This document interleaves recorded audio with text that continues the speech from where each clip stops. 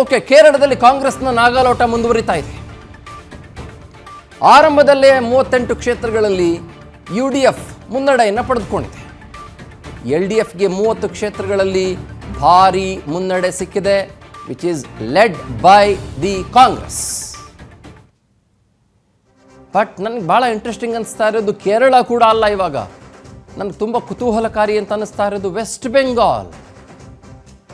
ಏನು ಎಕ್ಸಿಟ್ ಪೋಲ್ಗಳು ಎಲ್ಲವೂ ಕೂಡ ಆಲ್ಮೋಸ್ಟ್ ಹತ್ತಿರದ ಹಂತಕ್ಕೆ ಬಂದು ನಿಂತ್ಕೊಂಡಿದ್ದಾವ, ಅಥವಾ ಏನಾದರೂ ಉಲ್ಟಾ ಪಲ್ಟಾ ಆಗಿಬಿಡ್ಬೋದಾ, ಅಥವಾ I may too early to say that at the moment. ಈಗ ನೋಡಿ, ಮ್ಯಾಜಿಕ್ ನಂಬರ್ಗಳ ಸಂಖ್ಯೆಯಲ್ಲಿ ಈಗ ಕೇರಳದಲ್ಲಿ ಔಟ್ ಆಫ್ 140 68ನಲ್ಲಿ ನಮಗೆ ರಿಸಲ್ಟ್ಸ್ ಬರ್ತಾ ಇದೆ. LDF 30, UDF 38. ಒಂದು ರೀತಿ neck to neck stiff competition ಇದ್ದಂಗೆ ಕಾಣಿಸ್ತಾ ಇದೆ. West Bengal is interesting.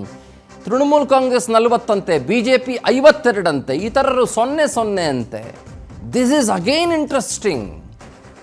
ಇದು ಹೆಂಗಾಗ್ಬೋದು ಅರ್ಥ ಆಗ್ತಾ ಇಲ್ಲ ಇದು ನನಗೆ, ಆಯಿತಾ. ಆಮೇಲೆ ಅಸ್ಸಾಂನಲ್ಲಿ BJP 9, Congress trailing behind very badly 3. ಆಮೇಲೆ ಇನ್ನಿತರರು ಯಾರೂ ಒಂದೇ ಒಂದು 0 ಒಂದೇ ಒಂದು ತಗೊಳ್ಳೋಕ್ಕೂ ಸಾಧ್ಯ ಆಗಿಲ್ಲ. ಓಕೆ, ಆ್ಯಂಡ್ ನಾವು again the most important aspect ಏನು ಅಂತಂದರೆ, ಪುದುಚೇರಿಯಲ್ಲಿ 30ರಲ್ಲಿ 8ಕ್ಕೆ 8 ಬಂದಿದೆ. ಆ 8ಕ್ಕೆ 8ರಲ್ಲೂ ಕೂಡ ನೀವು ರಂಗಸ್ವಾಮಿಯವ್ರ ನೇತೃತ್ವದ ಪಾರ್ಟಿ ದೊಡ್ಡ ಮಟ್ಟದಲ್ಲಿ ಭಾಳ ಹ್ಯೂಜ್ನಲ್ಲಿ ಲೀಡ್ ಪಡ್ಕೊಂಡು ಸಾಕ್ತಾ ಇದೆ. ಇವಾಗ ಒನ್ಸ್ ಅಗೇನ್ ಕೇರಳಕ್ಕೆ ಬರೋಣ. ಕೇರಳದಲ್ಲಿ 38 ಆಟದ ಲೆಕ್ಕಾಚಾರ ಸದ್ಯದ ಮಟ್ಟಿಗೆ.